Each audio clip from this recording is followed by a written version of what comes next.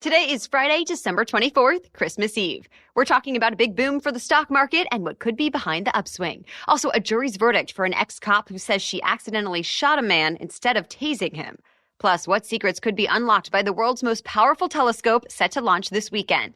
A big turnaround for Amazon. It's paving the way for employee unions. And where you can go to shop and eat on this Christmas Eve and Christmas Day tomorrow.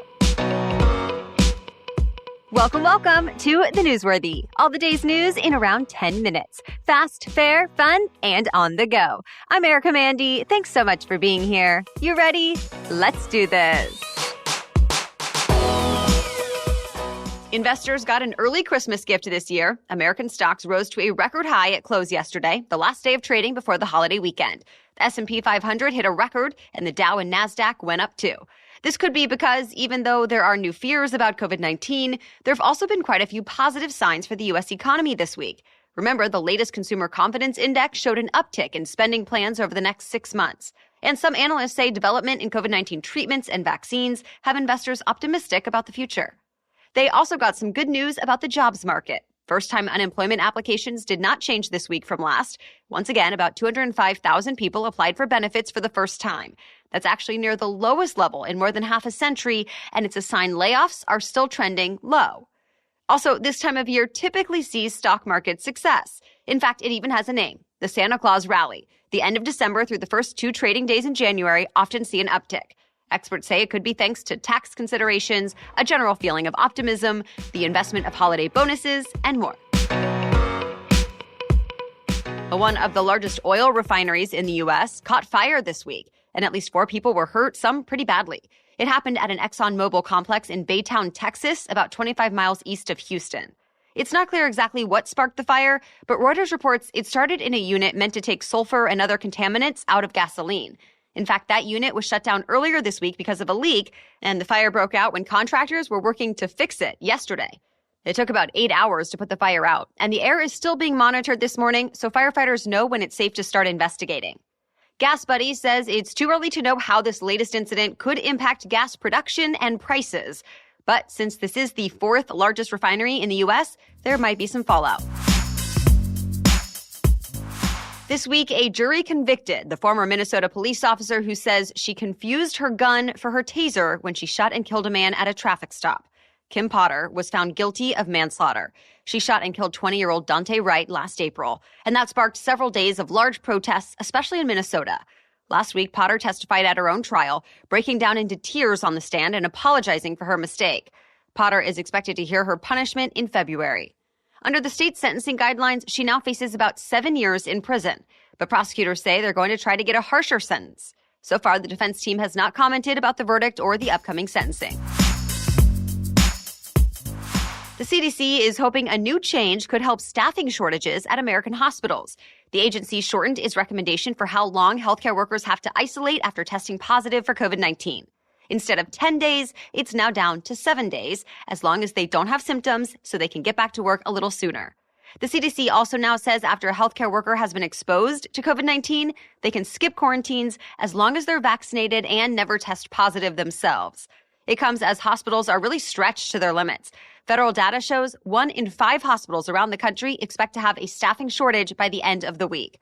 Still, one major nurses union condemned this change, saying it could be dangerous to send frontline workers back to work while they're infected. On the other hand, other industries, like airlines, have called on the CDC to revise isolation guidelines for everyone. Another note on fighting COVID-19, one day after authorizing the first antiviral pill to treat the virus, the FDA authorized a second. The Merck option was just given the okay, and like the Pfizer option we talked about yesterday, it can be picked up at a pharmacy and taken at home before people are so sick they have to go to the hospital. It's also for high-risk adults only, but the FDA also says it should only be taken if other options are not available. In trials, the Merck pills cut the risk of hospitalizations or death by 30%. Pfizer's pills cut the risk by nearly 90%. Even with the latest wave of COVID-19, the most watched New Year celebration in the world is happening anyway, but it will be scaled back. Of course, we're talking about the big celebration in New York City's Times Square. Viewing areas around the famous ball drop typically hold about 58,000 people. This year, it will be limited to 15,000, so they have some space to spread out. Also, everyone 5 and older will have to show proof that they've been vaccinated, and they have to wear masks. Still, that's a little more normal than last year when no one was allowed and the ball drop was all virtual. And again this year, other cities like Los Angeles, Seattle, Paris, and London have canceled major in-person events altogether. More news is coming up, but first, let's take a quick break to thank our sponsor. If this year has taught us anything, it's that tomorrow may look nothing like today. But Schwab knows that successful financial planning can help propel net worth by 2.7 times. That's why Schwab offers a variety of easy, flexible financial planning options that can rise to meet any of life's many curveballs. Whether it's making a complimentary retirement plan online or chatting directly with a financial consultant, anyone can look forward to planning with Schwab. Learn more at schwab.com/plan. That's Schwab, you know the name, SCHWAB, schwab.com/plan. History will be made tomorrow, and it's decades in the making. It's the launch of the most powerful space telescope ever created. The James Webb Space Telescope, or just called Webb for short, is meant to follow in the footsteps of NASA's Hubble telescope that's already in orbit. Except the Webb has the biggest mirror of any spacebound telescope ever, which lets it collect light from some of the most far-off stars and galaxies in the universe. Because of that, it'll be able to look back in time at some of the earliest objects ever formed. It's meant to unravel some of the mysterious supermassive black holes, stellar explosions, dark matter, and more. NASA, along with other space agencies, have worked for nearly 30 years on this telescope and getting it to the launch pad. If everything works out, it could begin to take pictures and collecting data next year. The world is saying goodbye to one of the most influential writers of the 20th century. Joan Didion passed away from complications of Parkinson's. She was best known for chronicling the hippie culture of the 1960s and 70s. That started with her groundbreaking book of essays, Slouching Towards Bethlehem. And her 1979 nonfiction book, The White Album, is revered as one of the most important essay collections in American history. She also wrote well-known screenplays like the 1976 version of A Star is Born, starring Barbra Streisand. Didion is often credited with influencing an entire generation of journalists and changing the writing style of nonfiction forever. She was 87 years old. America's second largest private employer just made a major deal with a national labor agency. It should make it easier for more than 750,000 workers around the country to organize. The deal is between Amazon and the National Labor Relations Board, which investigates claims of unfair labor practices. It's one of the largest deals ever for the NLRB. Remember, Amazon has been under pressure to improve workers' rights. So in this new settlement, Amazon said it'll email past and current warehouse workers reminders about those rights. It'll also allow the labor agency to sue Amazon more quickly if they feel Amazon is not living up to the agreement, and more. In the past, Amazon has said it thinks employees are better served without a union. So far, the company has not commented about this latest settlement.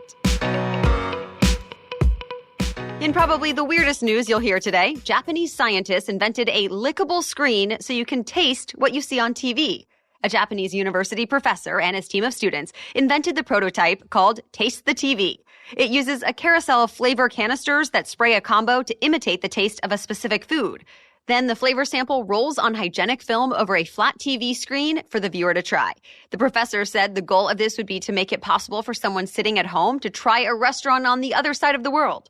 Another hope he has is to make a platform where people can download tastes, much like how they download music today. For now, the Taste the TV is just a prototype, but he says he's in talks with companies about developing the technology.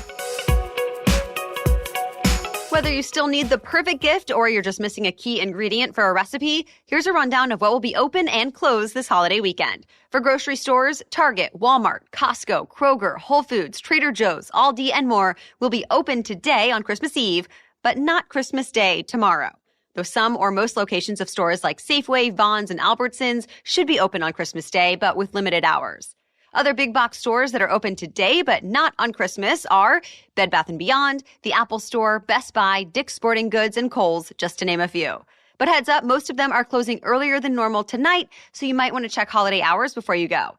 If you want a bite to eat on Christmas Day, most national restaurant chains are closed, but you can still eat at Denny's, Waffle House, or McDonald's. Of course, many Chinese food restaurants are open on Christmas Day as well, and you can always grab a coffee at Starbucks or Dunkin' too. Drugstores like CVS, Rite Aid, and Walgreens plan to be ready for business on Christmas Day. And for other essentials, convenience store 7-Eleven is open 24 hours today and tomorrow.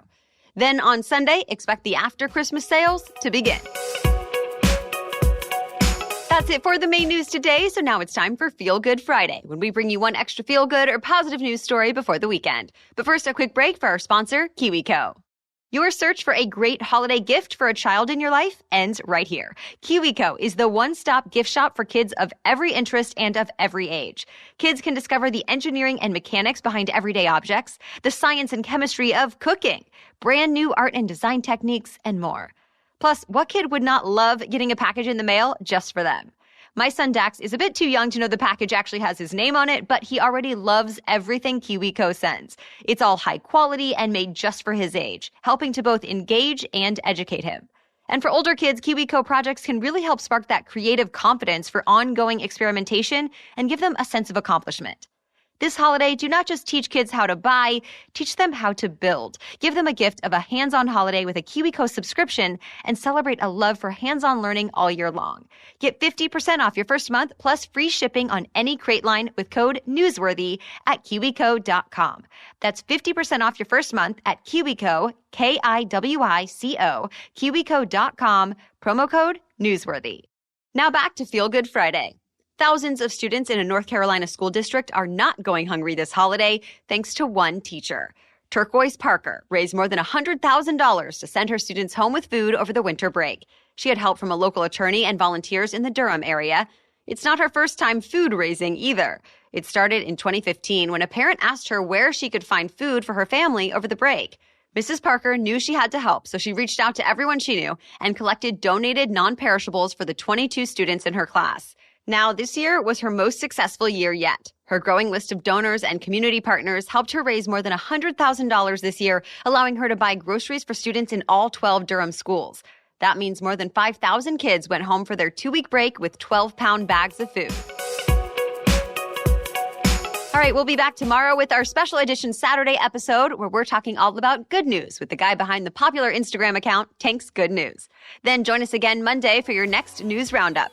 For now, thank you so much for listening. Have a great day and happy holidays.